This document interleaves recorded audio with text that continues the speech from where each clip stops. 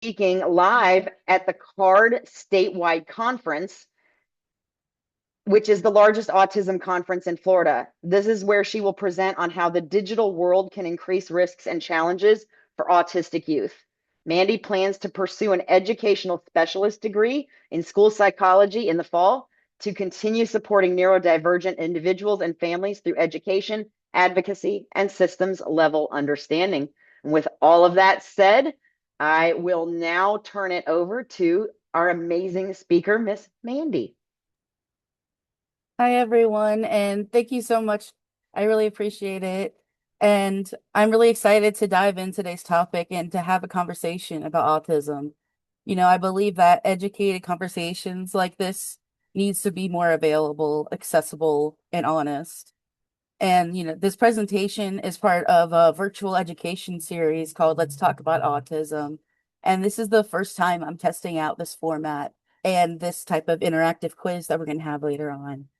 And one of the reasons I chose to do this virtual presentation format is because I truly believe that one of the next steps towards inclusion is the internet. Online spaces allow us to reach people who might not be able to attend in person and who may not feel safe asking questions in physical spaces, or who are still figuring out how autism fits into their own lives or their families. My hope is that this series can be something ongoing, a reoccurring space where we explore different autism related topics together, ask questions, challenge assumptions, and learn in a way that feels safe and respectful. Today, though, we're starting at the foundation. Today is all about breaking some myths and rebuilding understanding from the inside out. I want to ground us for a moment in why this conversation is so important right now and throw some data your way. Some recent research shows that roughly 1 in every 31 children in the United States has a diagnosis of autism. I want to be clear that this is the US data, and research consistently shows that autism itself occurs across all races, cultures, and communities. Autism is not limited by geography, ethnicity, or background.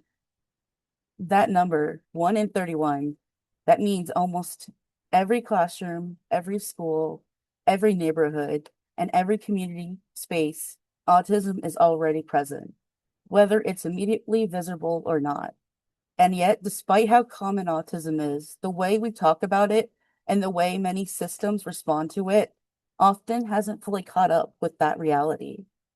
When we look at diagnosis patterns, we also see something that's really important to name.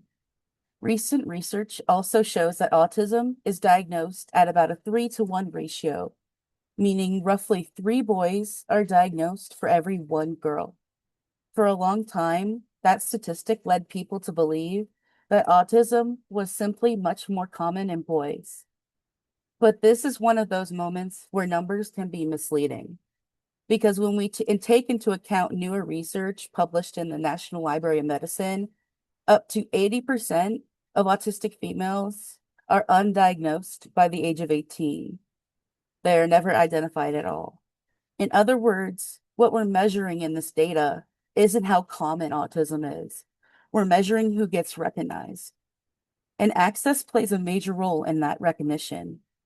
Children from marginalized communities, including children of color, immigrant families, and families with fewer resources, are often diagnosed later, misdiagnosed first, or not diagnosed at all.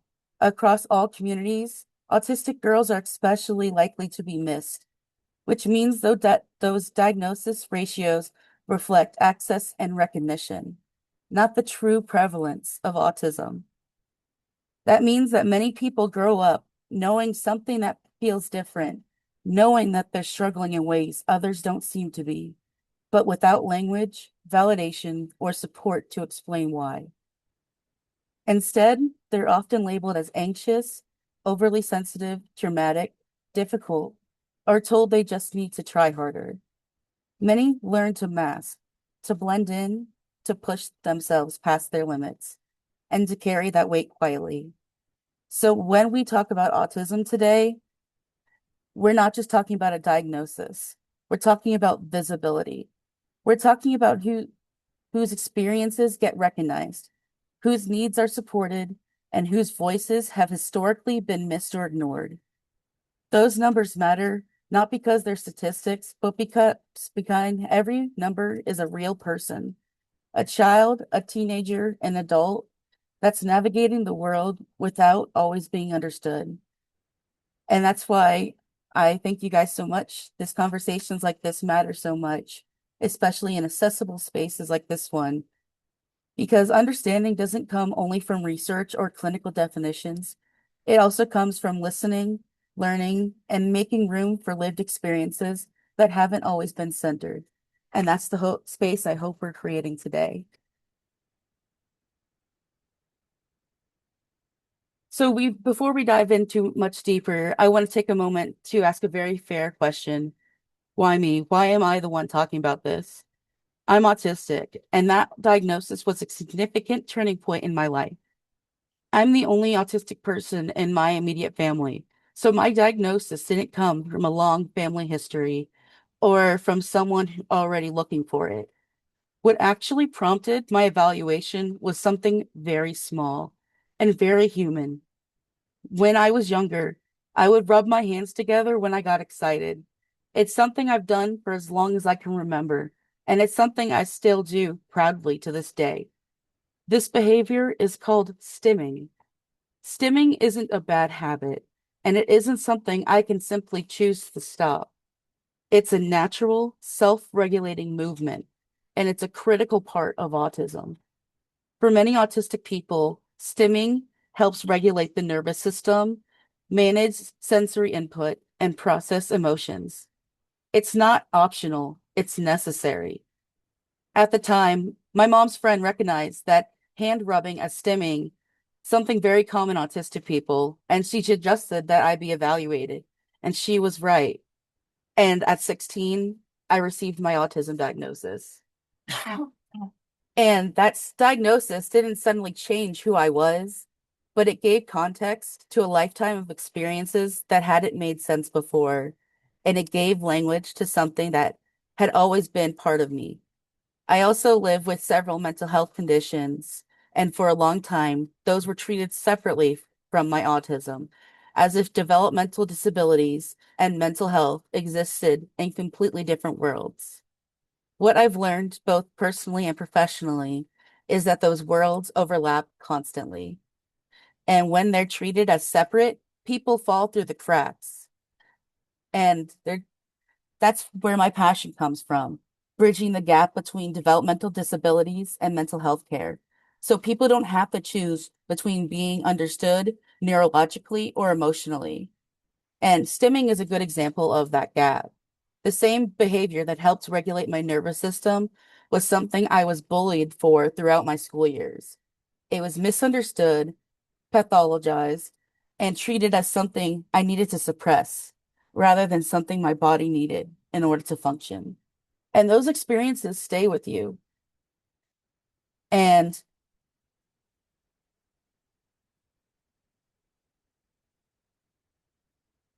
why autism belongs in mental health spaces like NAMI is that autistic people experience significantly higher rates of mental health challenges. And I want to be very clear that it's not because autism itself is a mental illness. Autism is a neurodevelopmental difference. What increases mental health risk for autistic people is often what comes with being autistic in a world that isn't built for us. Unmet support needs, chronic misunderstanding, sensory overload, masking, social trauma, and systems that don't fully recognize or accommodate neurodiversity. Research consistently shows that the vast majority of autistic people, about roughly 74 to 95%, have at least one co-occurring mental health condition. And we also see a significantly higher risk of suicide, up to 9 times greater than the general population. Autism does not cause suicide.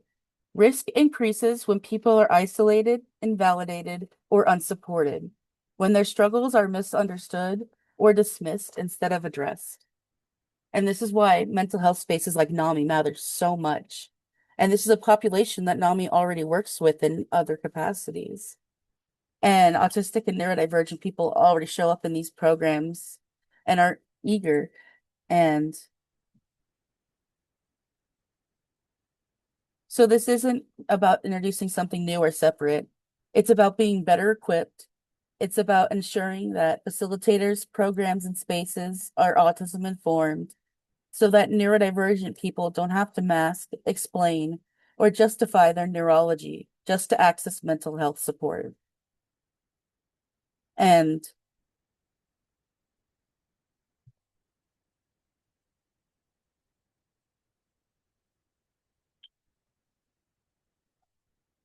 just with the quick is, I know, sorry, I'm giving you a lot of information up front. Is this, and this slide is not about intent, it's about interpretation. And that distinction matters more than we realize. Most mental health providers genuinely want to help, and most are not trying to harm, dismiss, or invalidate anyone. And the problem is not the motivation. The problem is that autism is often not part of the lens being used to interpret what's happening in the room. And what you see on the left side is what systems often document. These are the words that end up in charts, treatment notes, and reports. Flat effect, non-compliant, rude or resistant, anxiety symptoms, depression relapse. Those words carry weight. They shape treatment plans.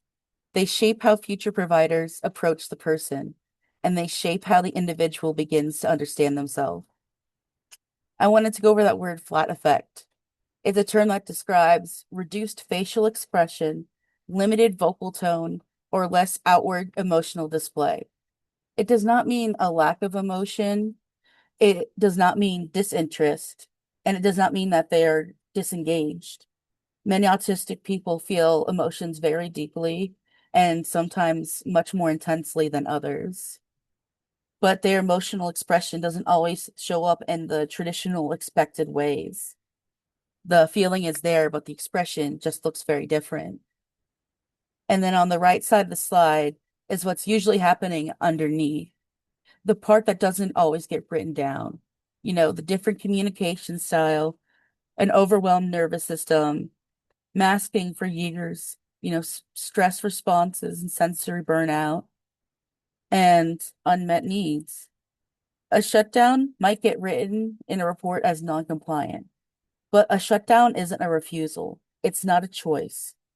It's what happens when the nervous system is so overloaded that speech, movement, or decision making simply isn't accessible in that moment. That person isn't choosing not to engage. Their body has already decided it can't.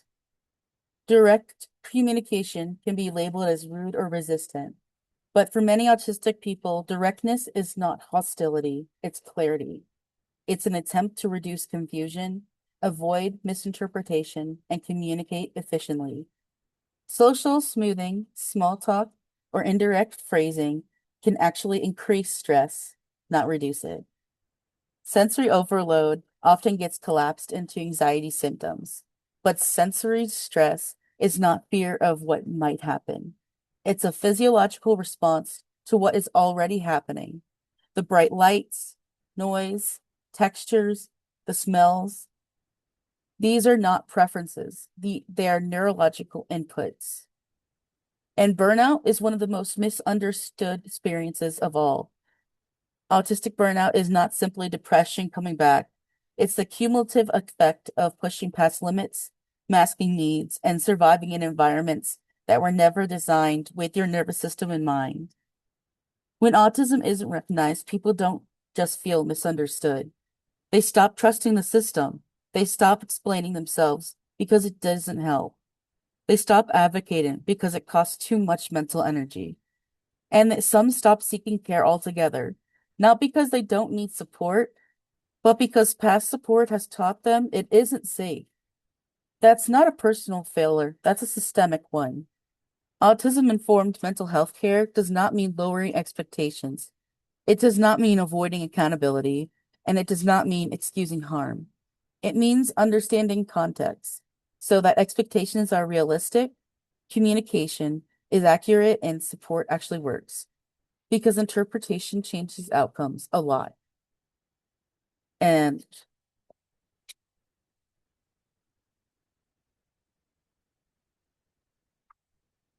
we'll rethink some autism stereotypes. We're also going to focus on understanding the spectrum through lived experience. And we'll be talking about identity support, communication, and everyday realities.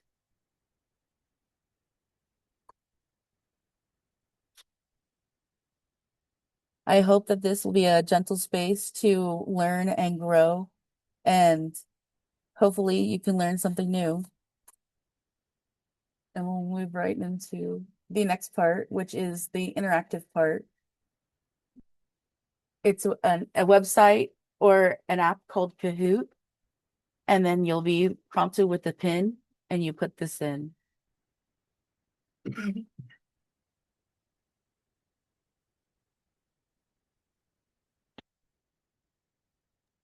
Mandy, for those that aren't able to scan the code, do you have a link that we can put in the chat? Yeah, let me.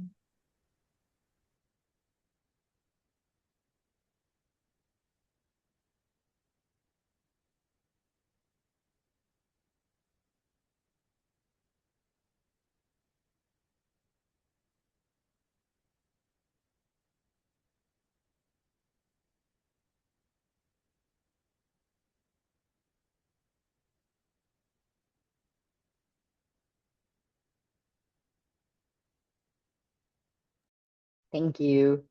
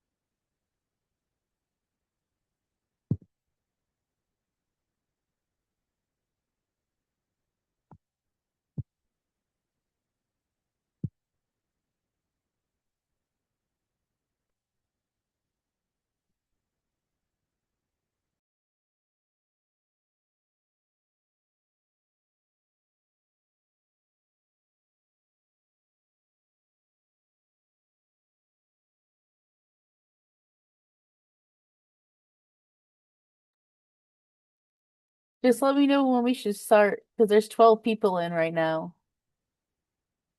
Is everybody that wants to play on Kahoot ready to go? I see a thumbs up. Thank you, Cindy. Okay, great. I think we can probably get started.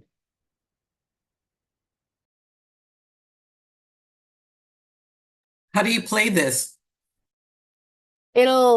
I'll press start and then on the screen it'll come up with the question and you'll have the questions on your phone to click.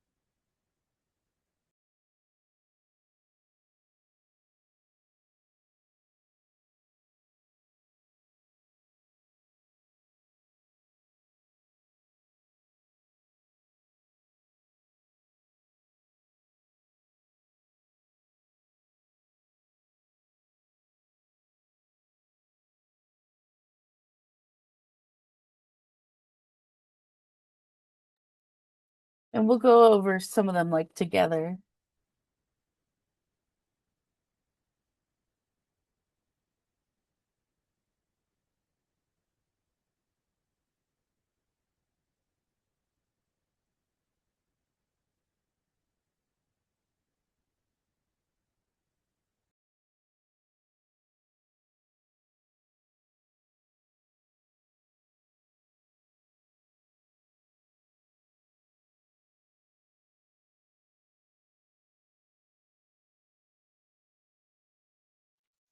Can I rejoin from my iPad?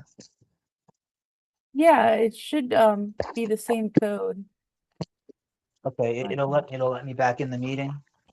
Yeah. I'll let you Okay, back in. Oh, the meeting. thank you. Let me just grab the iPad now. Oh, cool. Well,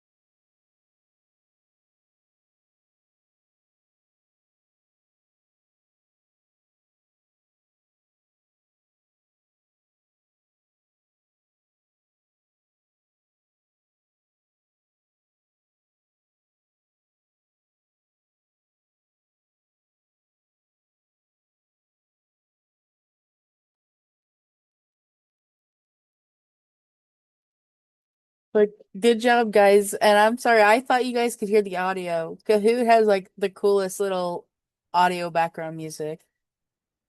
But we'll work on that for next week, though.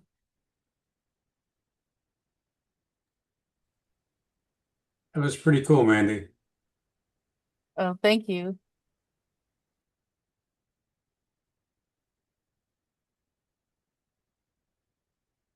And then, the first section of any Q&A. I know you, if there was anything that had came in or not. I don't have any questions yet. That was very informative. I really enjoyed that. Thank you, Mandy. Thank you. Yeah, it was pretty cool. Great job, Andy.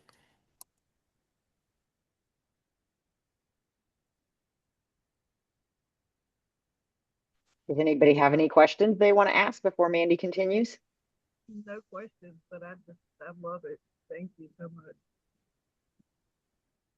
Yeah, thank you guys so much. And next week I was gonna say is that I'll work on some port resources and saying what's actually out there.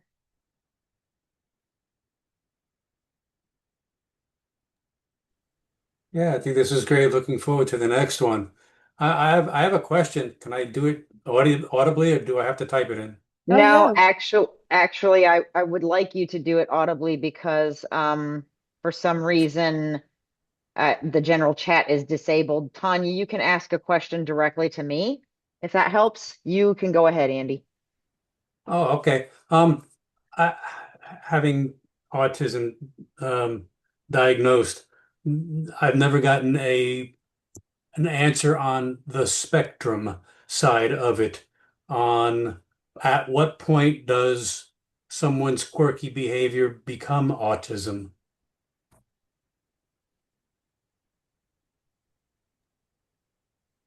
That I mean that's a good question. I do talk about the spectrum later, but Okay. so I think that'll help with that. But one fact I didn't add in here is that like for the quirkiness and the queer, I mean, like I'm just saying like in general, is like autistic people are 3 to 6 times more likely to be in the LGBT community as well. Just a little fun fact. But Oh. I'm trying to chat, but I can't. It's still disabled, so I'd like to ask a question. I can't even find the raise your hand feature. You go right ahead and ask, Miss Carmen. Thank you so much. 1 in 31 US children have autism across all cultures, races, the full spectrum. Um, but yet our schools are so unprepared, and I'm just speaking from my own experience in my family. It has been so hard to be on the same page. Having a great nephew that has just been recently diagnosed, and that was after he was kicked out of school. Now, mind you, he just turned 8. Um, he spoke early, I mean, full sentences when he was 1 year old. So he's a very, very smart young man. But we just can't get on the same page with the school, and that number 1 in 31, and the teachers are not prepared, and I don't know if it's there's not enough training for them to really understand and be able to function in this environment, and these children have an opportunity to really grow and learn and not just be labeled and dismissed. yeah, I know that was a lot.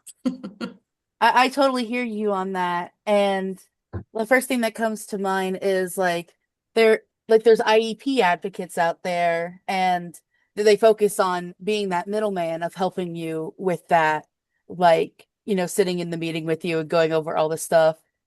And there's advocacy groups that teach you how to navigate that system or like the IEP process. And there's programs you can apply for, like like just an example, like I'm in this thing called Florida Partners in Policymaking, and it's applicable for anyone interested in that or advocating for the child or at the policy level, that it's either someone that's a parent of someone with an intellectual developmental disability or a self-advocate. I think that if we could just like get on the same page, the parents want what's best for the child. I'm going based on that the educator wants what's best for the child. If we could just find some common ground and come together in the middle. But I just feel that the schools, yes, Miss Jennifer, they're just not prepared. They don't know how to deal with it. I have, another family member that is an educator of very small children, and she says, I don't know what to do when I have one under the age of 5 that comes in cursing and throwing chairs. She was like, there's no training that tells you how to handle all of that. Um, I just think that we're at a loss. But the child is the one that is suffering the most. Yeah, I absolutely agree with you that, there needs to be more changes. And I think, holding what's already there, the systems in place, accountable and being like, is, the first step. And, obviously that's like deeper stuff, but I 100% agree with you that the schools do need to get more on top of it. Mandy, I think Miss Kendra, did you have your hand up? Did you have a question? I did, not a question, but I just had a comment to make. I raised my grandson. He's 19 now, but I've had him since he was 4 months old, and I got his diagnosis when he was almost 4. And I'm a strong proponent of the IEP. Like, I was at every meeting. If I couldn't make it in person, I was there on the phone. And I hate the way that the current administration is, because it's undercutting all of everything that we've made progress on. So I really appreciate you putting this together. We need to do more of this and staying in the spotlight. We need to not be afraid to be vocal and to be out in public, because the reason that there's not enough sources, not enough resources, not enough information, the reason the teachers and the staff don't know what to do is because they're not exposed to it. They're not taught that we're all different. My grandson, he lost his ability to speak twice. Not for any reason, he just stopped. And he didn't pick it back up again for a good while. We present differently, you know? And I wasn't diagnosed properly until 3 years ago. I will be 55 in February. I was diagnosed with everything else under the sun. I had no IEP, no 504, no nothing. I was difficult, talked too much, wouldn't stay in her seat. And then the other times I was a pleasure to teach, you know, back in the day. That's what they say. But then I ended up having to get my bachelor's degree online because brick and mortar wasn't for me. You know, we have to change the environment.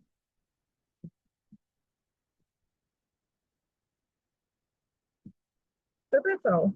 That's all I had to say. Is that, you know, you have to talk to the teachers and the staff there. You have to approach them about an IEP. You have to be the advocate. If the parent doesn't know how to do it, you have to step in and do it.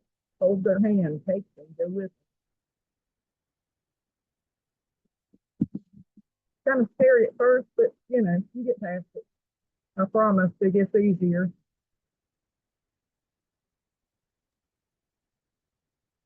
Thank you so much for sharing your story, and that's some, great advice of lived experience. You have to take initiative and talk to them, and just like that is reality that things get overlooked. I've heard stories of like IP plans that are in place and teachers being so busy or whatever, and they haven't looked at the IP once in the whatever months of this child being in school. And so just making sure the basics are done would be Yeah, so important. really that simple because most people don't think about it in those terms. It's like, okay, well, what do you do on a typical day? What do you do on a typical day? From the time you get up to the time you go to bed, what do you do on a typical day? What are your basic needs? What does this child need on a basic day? That's what you're going to need for this child. Safety first. Do they need somebody to be with them 24/7? They need a shadow. Put that in the IEP. I think that one of my next slides will be good to talk about what we were just talking about, where you were mentioning about the support systems. Yeah. And Because I didn't really have one. I mean, I had my mom and my sister, but I come from South Carolina. I'm in the Bible Belt. and like what you're talking about, like the systemic changes, is we need to prove that we need it, that we're here and we exist. And I've been working with NAMI Tallahassee, and we're launching in a week and a half the first virtual neurodivergent support group within NAMI.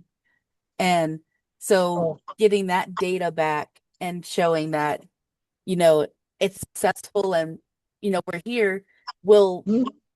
show policymakers, at the most ambitious level that we need more we resources like this. yeah. It's not caused by vaccines. We've always been here. I have an aunt that has a memory, photographic memory. We've always been here. And yes, it is hereditary.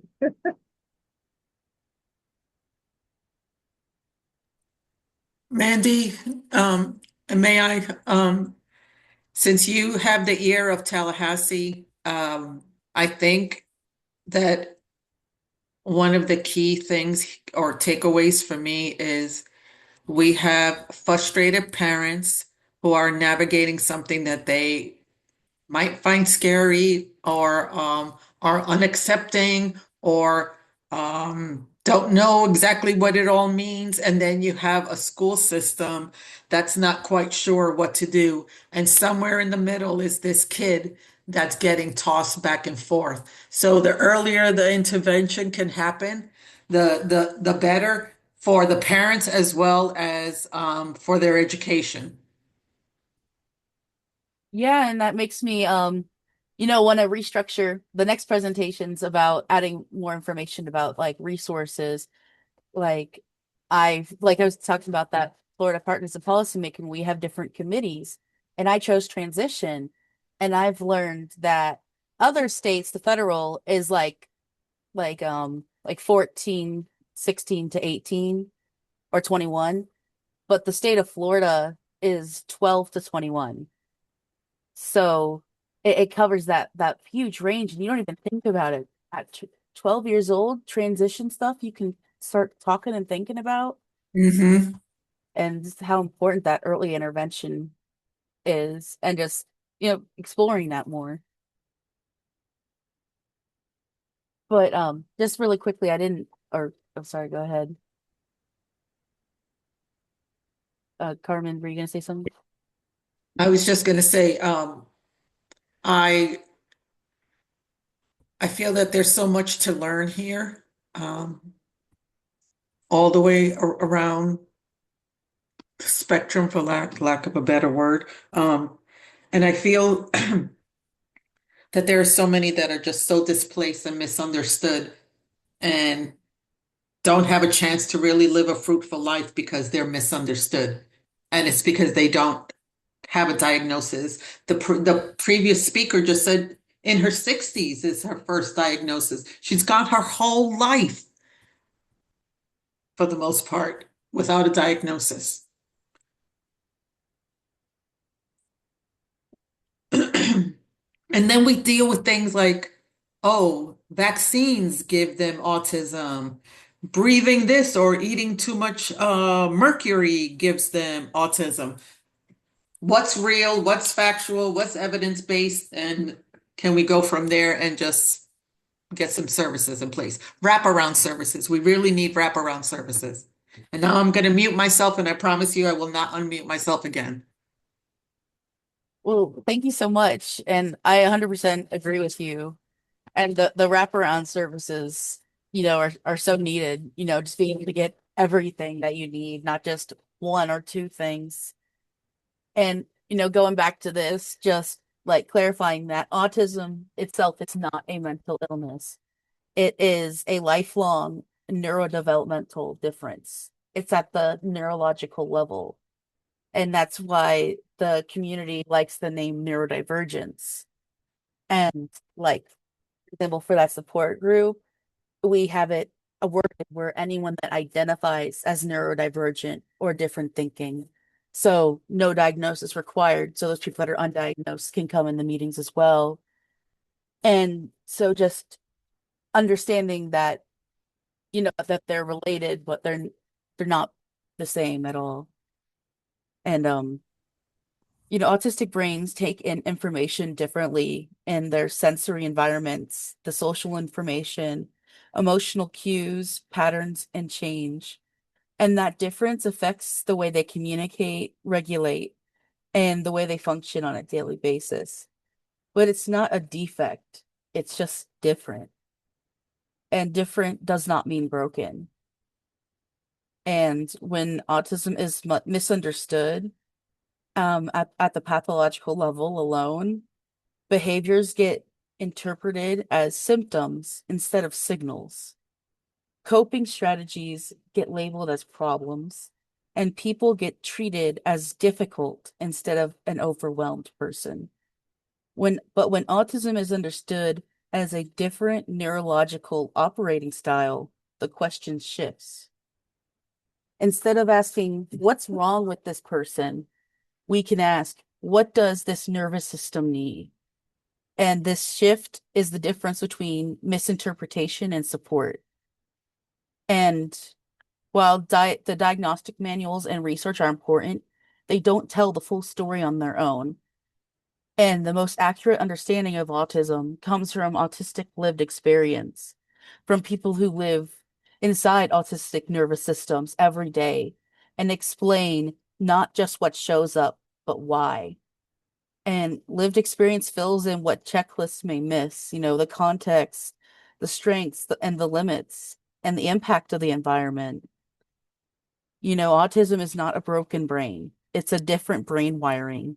And understanding that changes how we support, interpret, and design mental health care.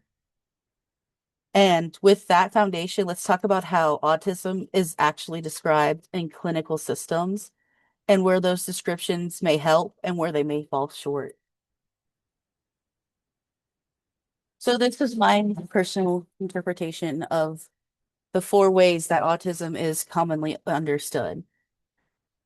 There is, the systems and services, a diagnostic lens, the DSM-5, evolving science, and then the personal lived definition. And I feel like this is my most important slide because it explains why conversations around autism are so confusing, inconsistent, and even contradictory. Even in the state of Florida right now, we do not have a legalized, centralized definition of autism. There's currently a bill trying to get passed to make that happen, but we still have outdated definitions. So how are we supposed to all be on the same page? So it's misunderstood because it's being viewed through different lenses at the same time. And those lenses don't always agree. There are four common ways what I think that it's understood, and each one answers a different question. And the first is systems and services. And this is how autism is understood by schools, insurance company, disability services, and government programs. In this lens, autism is about eligibility. What supports does someone qualify for? What documentation is required? What boxes need to be checked? This lens is practical and it matters. Services don't exist without systems in place, but systems are designed to simplify. They reduce complex human experiences into categories, forms, and thresholds that can make autism feel rigid or transactional, even when lived reality is fluid and nuanced. And the second way is the diagnostic lens, specifically the DSM-5. And this is the clinical framework professionals use to diagnose autism. Its role is not to describe the full autistic experience. Its role is to determine whether someone meets criteria. That means it focuses on observable traits, patterns, and areas of impairment. It has to. But this lens often emphasizes deficits over context. It tells us what is present, not always why it shows up or how it feels internally. The DSM is a tool, a very important one, but it was never meant to be an identity description or a lived narrative. The third being evolving science. And this is the lens that's constantly changing. Research continues to reshape how we understand autistic neurology, sensory processing, masking, burnout, gender differences, and lifespan experiences. What we believed about autism 20 years ago is not what we believe today.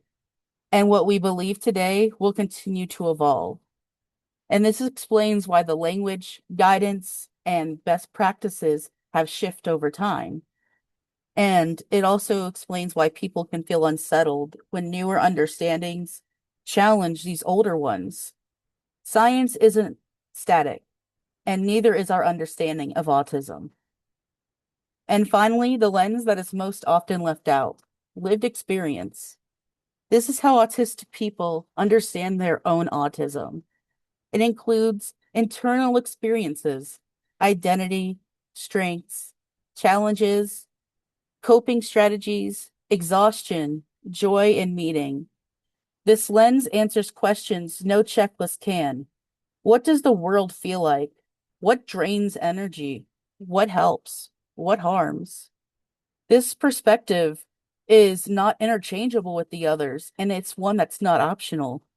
Without lived experiences, the other three lenses remain incomplete.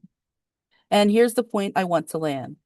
None of these perspectives are inherently wrong, but problems occur when one lens is treated as the only truth, especially when autism makes the most sense when we recognize that all four perspectives exist and that they need to be held together, not ranked.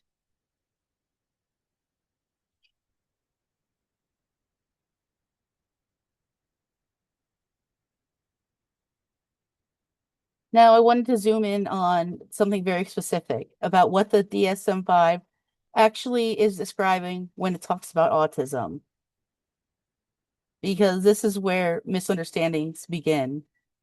The DSM-5 doesn't describe autism as a personality, an identity, or a full lived experience. It describes patterns clinicians are trained to recognize in order to make a diagnosis.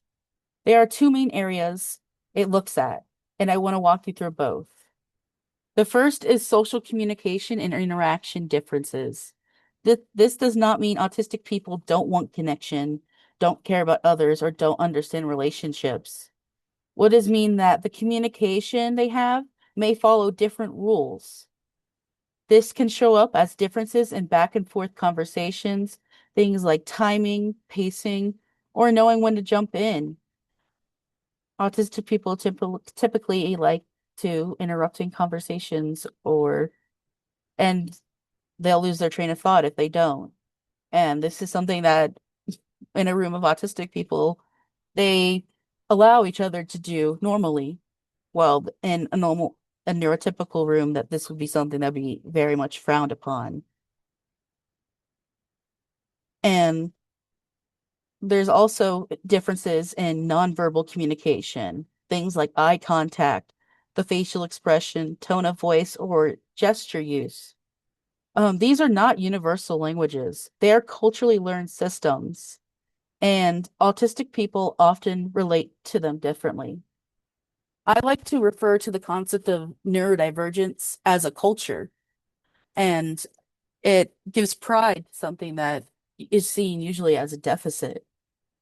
But, going back to what's important is the DSM-5 is describing observable differences, not internal motivation. It notes what can be seen from the outside, not what someone feels or intends on the inside. And the second area the DSM looks at is restrictive and repetitive patterns of behavior.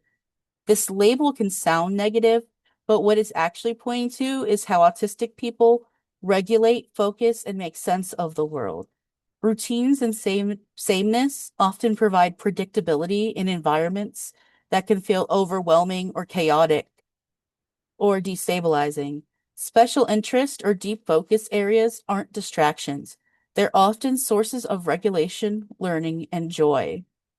For example, did you know that if you watch a show over and over again, it helps regulate your nervous system? Repetitive movements, sometimes called stimming, are not meaningless behaviors. They help manage sensory input, emotional intensity, or stress. And sensory differences, whether someone seeks or avoids certain sensations, reflects how the nervous system processes information, not personal preference or stubbornness. The DSM-5 is not a checklist of what people lack.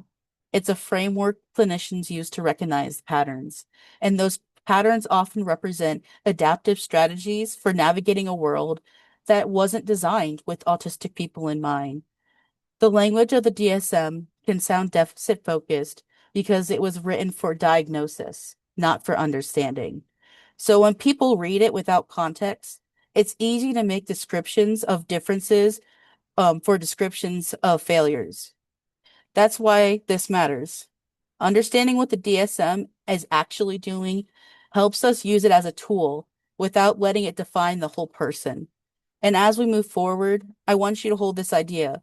Diagnostic language can help open doors to support, but it should never be the final word on someone's capacity, worth, or experience.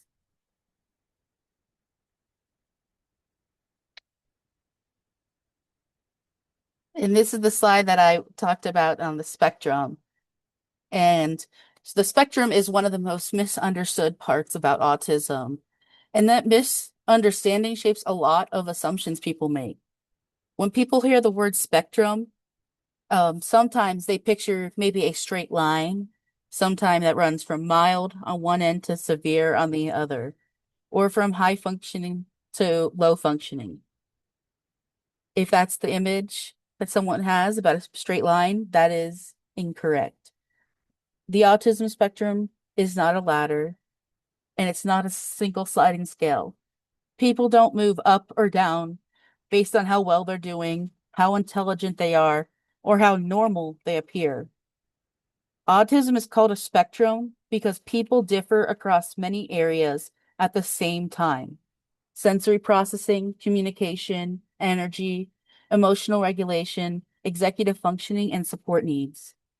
Those differences don't line up neatly in one direction. One way I like to think about autism is like a soundboard. They like the kind they use in music production. Each person has a set of sliders. Communication, the sensory input, focus, social energy, routine, emotional regulation, daily living skills. And some sliders might be turned way up, some might be turned way down, and some fluctuate depending on the stress or the environment, and how no two soundboards are set the same way. There is no correct configuration. Someone might have very strong verbal skills, but intense sensory sensitivity. Someone else might need support with daily tasks, but have deep focus or incredible pattern recognition. Another person might function well in structured environments, but become overwhelmed in unpredictable ones. That's why autism isn't a straight line. It's more like a constellation of traits or a mixed board of settings, all interacting at once. This framing helps us understand something. Someone can need a lot of support in one area and very little in another at the same time. That's also why functioning labels are misleading. They collapse a complex, dynamic experience into a single judgment, usually based on how easy someone is for others to interact with. And I want to be very clear before we move into the different support levels of the autism, is support levels do not describe someone's worth, intelligence, character, or potential. They describe the amount of support someone needs to navigate the environment as they currently exist. Needs can change based on context, health, stress, sensory overload, and whether supports are actually present. Someone can appear high functioning in one setting and be completely overwhelmed in another. This doesn't mean that the person changed, it means the environment did. This idea is really captured by what Temple Grandin said: I am different, not less. Difference is not a deficit. Autism is not a problem to be solved, but a reality to be experienced with joy. These quotes aren't saying autism is easy. They're saying it's human, and that understanding autism requires moving away from ranking people and towards understanding support. The spectrum does not measure value, it describes variation. And our job isn't to force everyone's soundboard to look the same. It's to make sure people have what they need to function, communicate, and live well. And the 3 levels of autism is a newer concept. And like I was saying, is they're not created to rank people. They were created to help systems like schools, healthcare, insurance, and disability services to decide what types of support someone might need access to. There's an important distinction. These levels are something called a systems language, not an identity statement. They exist because without some shared framework, many people won't qualify for accommodations or services. Is another key thing to understand is that support needs are situational and they can change based on the environment. And how a person can be very highly articulate but still needs support needs. And you can get reassessed and be a different level. You could be a level 2 autism, and then, like I saw the report said, this is good for services for 4 years. And then you go back and see if you're still at a level 2 for support needs or not. They are tools to help people get what they need and when they need it. And they're a guide, they do not define the person. And why are these 2 things necessary? Is access. Support levels help autistic people access the supports and accommodations they need in real life. Schools, workplaces, healthcare systems, and disability services often require a shared framework to understand what kinds of support will help someone thrive. Without a system like this, many people wouldn't qualify for help, even when their needs are real and significant. And our system still has problems where needs are significant and, they're not fitting a certain fancy policy number and they're missing out on needs. That's why stuff like this is needed. Autism diagnosis is one of the quote unquote easier diagnosis to get services for. If you were to have something that was autism adjacent diagnosis, it would be significantly harder to get the same services.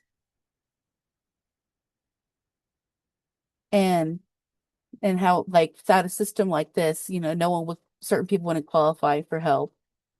And I don't believe that the levels are anywhere near perfect, but they're the step in the right direction. And I think that they are better than the label of Asperger's.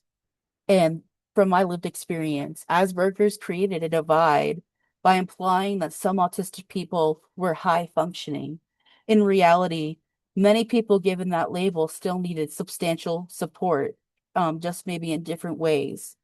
And this label of Asperger's and this high functioning masked those needs and often blocked access to these services. I've often heard a saying is that the the level 3 autism is the quote unquote, the higher support needs, is that their deficits are often looked at a lot, but their achievements are often overlooked. And then for the low support needs, that their deficits are overlooked, but their achievements are, looked at. And, the biggest thing that it did, the DSM-5 moving away from that did, is that support needs are dynamic. They're not fixed. And that someone's needs can change across environments, life stages, stress levels, burnout, and or access to accommodations. The system is very imperfect, but at least it acknowledges the reality that support changes over time. And this third reason is stigma reduction. Support levels shift away from ranking people and towards understanding needs. Instead of asking how autistic someone is, the system asks a different question. What helps this person thrive? The DSM-5 does not capture the full lived experience of autism, and it never will. But it represents that important shift away from those rigid identity-based labels and towards a need-based framework. The goal of support levels isn't categorization for its own sake. The goal is for access, fairness, and reducing harm, especially for people who were historically overlooked, misunderstood, or denied support. And then this the last slide about the DSM-5 and stuff is I just want to take a step back here and widen the lens away from the diagnostic lens and systems for a moment and towards the people and community. And everything we've talked about, the spectrum, support levels, and the harm caused by functioning labels all point to the same core truth. Autistic people don't need to be ranked, categorized by value, or measured against a single standard. They need to be understood, supported, and they need to belong. When we rely on labels like high functioning or low functioning, we reduce people to snapshots. We flatten complexity. We miss the reality that someone can be capable in one moment and overwhelmed in another, not because they failed, but because the environment changed. We stop asking questions like, how capable is person, or how severe is their autism? And instead we ask better questions. What does this person need to thrive here, and what barriers exist in this environment? This shift matters because no one exists in isolation. Support isn't something that lives only in a diagnosis or a service plan. It's shaped every day by families, schools, workplaces, peers, and communities. The environment can either reduce barriers or quietly multiply them. The same autistic person can look completely different depending on whether they are supported or not, whether they are believed or dismissed, whether accommodations are offered or withheld. And this is where community is so powerful, because when people feel understood, respected, and safe, these support needs often decrease. Regulation improves, communication becomes easier, and energy returns. People are able to show more of who they truly are. But when people are misunderstood, ignored, or told they're doing fine when they're not, support needs often increase, not because the person changed, but because the environment became harder to survive. So community isn't just a nice idea, it's a protective factor. It's what turns information into action. It's what turns awareness into access. And I want to be clear about something important. Building inclusive communities doesn't require you to be an expert in autism. It requires curiosity, humility, and a willingness to learn, especially to autistic voices. It means believing people when they tell you what they need. It means making spaces for different communication styles. It means recognizing that support isn't a failure, it's a foundation. So as we move forward, I want to leave you with this idea. Understanding autism isn't just about learning definitions, diagnostic frameworks, or statistics. It's about how we show up for people in real life, how we listen, how we respond, and how we design environments where differences isn't punished or pathologized. That's when real inclusion looks like, and that's what reduces harm, and that's what makes community possible.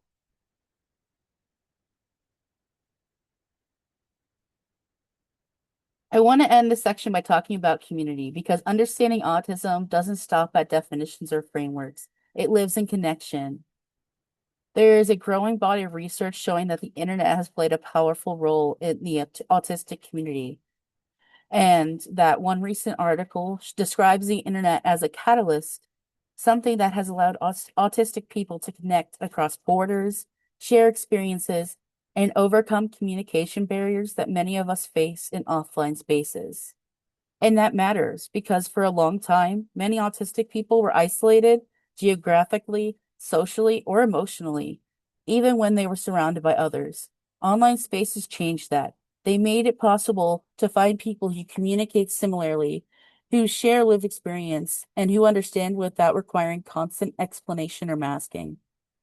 For many autistic people, the internet wasn't just social, it was liberating.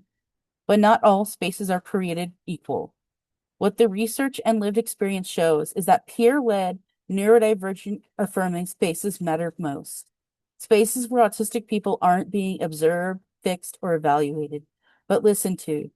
And that's why peer-led support spaces are so important because they center on that lived experience. They prioritize safety and they reduce the pressure to perform or mask. And they create a sense of belonging and people that haven't experienced that elsewhere. And this is why in my own work, I'm focused on building neurodivergent-led support spaces that are grounded in this mutual understanding, respect, and not hierarchy or judgment. Spaces where people don't have to prove how much they're struggling to deserve support. Spaces where difference isn't treated as a problem to solve. Spaces where people can show up as they are. Because community doesn't eliminate support needs, but changes how heavy they feel. When people feel understood, they're more likely to ask questions, more likely to advocate for themselves, and more likely to stay engaged with systems instead of withdrawing for them. And that's the perfect place to pause before we move into questions. The goal of today wasn't just to share information, it was to create a shared space for learning, curiosity, and conversation. So as we transition into Q&A, I wanted to invite your questions, reflections, or anything that came up for you, or if there's something you're still wondering about, or something surprised you, or if you want to understand something. Thank you guys so much. Okay, Miss Mandy, that was amazing. We do have a couple of questions already. Um, Carmen had asked a little while ago, she had stated neurodivergent is a big word to process. How do we share what that means in an easier to understand language? Yes, that's the only part I wish I would have added slides on, but I really wanted to focus on the different ways of defining autism. I don't want to include too much. But for me, I like to describe it really simple, is that it's where the brain processes things differently on a neurological level. Like, and that there's several different diagnoses that are the gray area. And it's not like a formal term. It's informal. It was like someone who wrote it in their research paper, then everyone adopted it. They're like, we love this term. And so does that describe it? Thank you. I just want, I'm accustomed to having, to be required to create things at a third or fourth grade level so that it's easier to understand for the general public. I refuse to use those um, disrespectful terms like dumbing it down. I think I just don't, I just rather say simpler, easier language to process for someone who may not just have a higher education. And some people even with a higher education is hard to process some of these concepts. So that's where I was coming from with that comment as well. But I'm just gonna say I am so thankful to be a part of this series. And for me, I one of the things that stood out was the labels of the high functioning and the not so high functioning. I didn't realize how offensive that could come across or how that is just categorizing. Um, and the high and when they say, oh, high functioning, low functioning, how loosely we throw those terms around, really, is what I mean, without really understanding what it means. Yeah, and I think, So, oh, if go like ahead. that it also goes into identity or someone like in my head, like let's just say like a kid like at 16 got diagnosed with like Asperger's or at that time. And like the mom telling the kid, "Oh, you have high functioning autism. You're not the same as those people." Like them telling it in private conversations type thing, not like something outwardly. Like even talking to people that have the previous diagnosis of Asperger's, like if you just have normal autism, it like some people just disengage a little bit. It's really interesting, but so like fun fact is they had the Asperger's first for the high functioning, and then they're like, oh well, now we need a term for low functioning, and so they made the term classical functioning, and then they're like, now we just need to do a spectrum, and like my favorite image representing the community is the rainbow infinity loop. So I'm and I also love this one of rainbow fingerprints. Every print makes a dip has a different impact. So I'm thank just so thankful. I've learned so much. Just I'm looking back at my notes. um, the stimming. I've seen those. I call them compulsions versus stimming. So that was something that I wrote down and underlined. So it just helps just for overall awareness for me. So I thank you and a fabulous presentation. thank you so much, and for your questions too. Thank you. Thank you, Miss Carmen. Okay, I have two questions from Alyssa.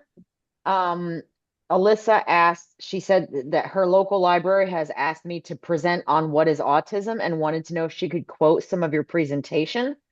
And also what resources you would recommend for the community to better understand what autism is. The thing I and yeah, sure, of course, for that. And for the resources, I wholeheartedly always say CARD. CARD is the number one autism resource center in Florida, and Um, I forget if they do your counting or not, but they do like the card USF, they do 14 counties and there's like six different cards across the state. So they cover the whole state of Florida. And like if you have a diagnosis of autism, you can go to them and get put on the like and register with them. And I like for me, I submitted my official autism paperwork and I'm a member for life. And I have this card consultant that I can reach out to for resources and guidance. And I can either meet up with them in person or virtually because they cover those certain counties. And just that type of in-depth care And that, and even if they, and for someone that doesn't have an official autism diagnosis yet, they can go to CARD and be like put on a wait list, or be like, okay, well, we'll have this on the back burner and then come back to us. But they're always a great reference, regardless of what stage you're at. Mandy, when you say card, are you saying CARD? Yes. Okay, I, thank I you. put Carmen, I put a link for the main card site in.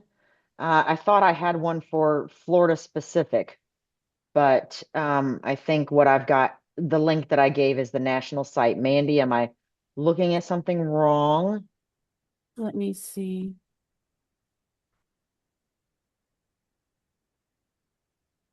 Because I think what I just put up was the national site. I just I'm found not. one from USF. Yes, that's the CARD USF's the one I'm associated with. Okay, Um, there we go. like I write articles for their newsletter, and yeah, I love them so much. And they have we have their full support card for the neurodivergent support group. Like if we need any, resources, or, therapists saying this is a good group, or Well, I'm glad I was able to put the national one in there too, because I don't think everybody that's uh on this session is from Florida. So that way everybody's got resources. And then Valerie asked, are there any resources out there to assist in applying for SSI? I'm that's a little bit out of my ballpark, but I absolutely know that there is stuff like out there for that.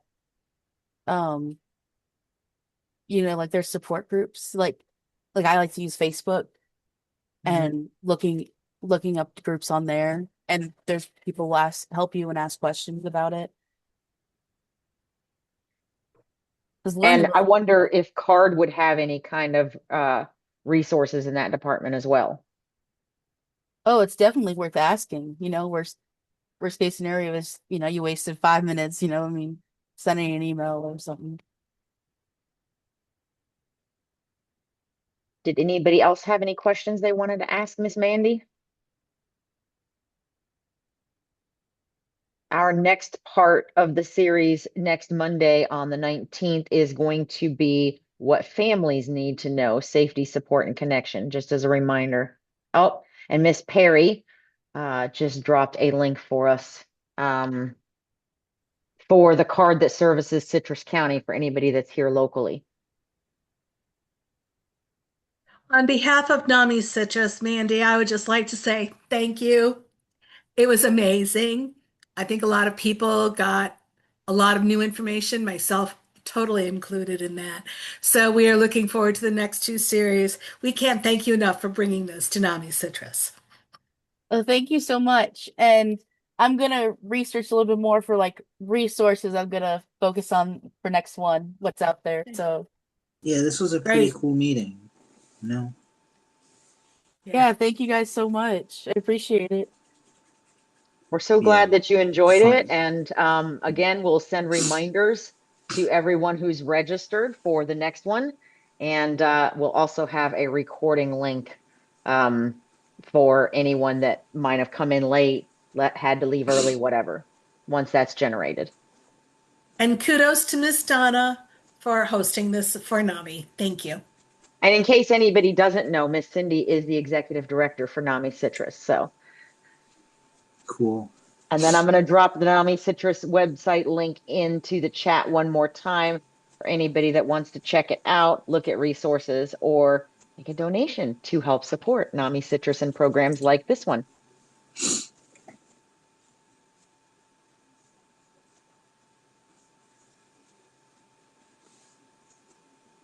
Miss Mandy, thank you so much. Do you have anything else for us? No, not right now. But thank you guys so much. And for next time for the Kahoot, I have to figure out that audio because it is nice. And I was like, wait, is everyone sitting in silence? Yeah. Thanks, Mandy. That was awesome. Yay. Thank you, James. Thank you. Yeah. See everyone next week. Bye.